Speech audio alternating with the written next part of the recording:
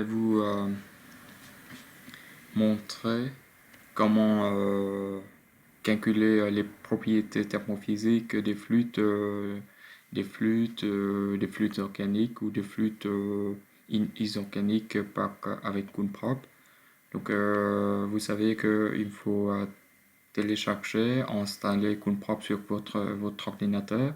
Et puis Coonprop, ça dépend quel calculateur, calculatrice vous utilisez. Par exemple, ici, moi, j'utilise Excel pour déterminer les propriétés thermophysiques de Coonprop.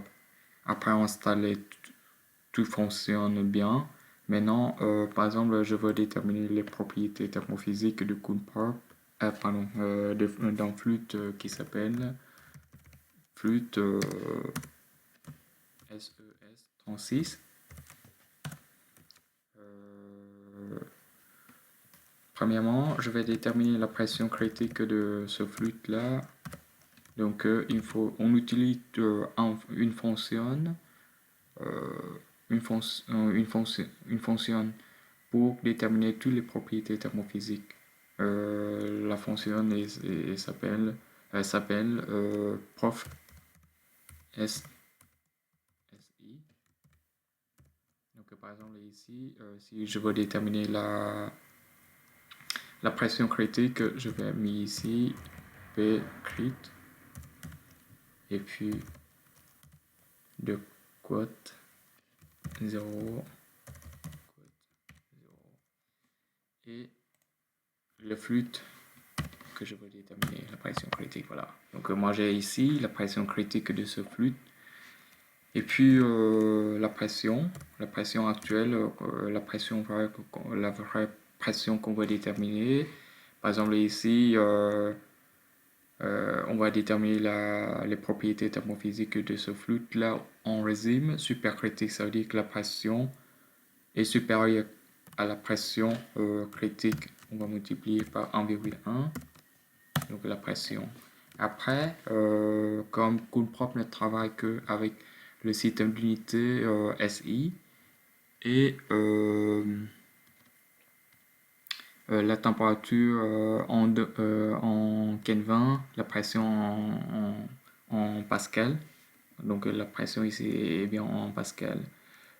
Ici la pression, d'abord je vais mettre la pression, la température en degrés C, par exemple à partir de 180, 181, ok,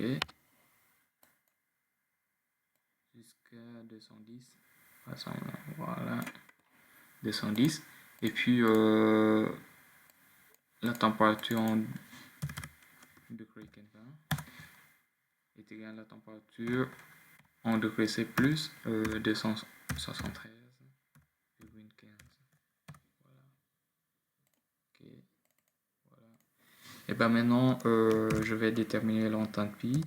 L'enthalpie en unité joule par kilogramme. Voilà. On utilise toujours la fonction prof SSI. Voilà.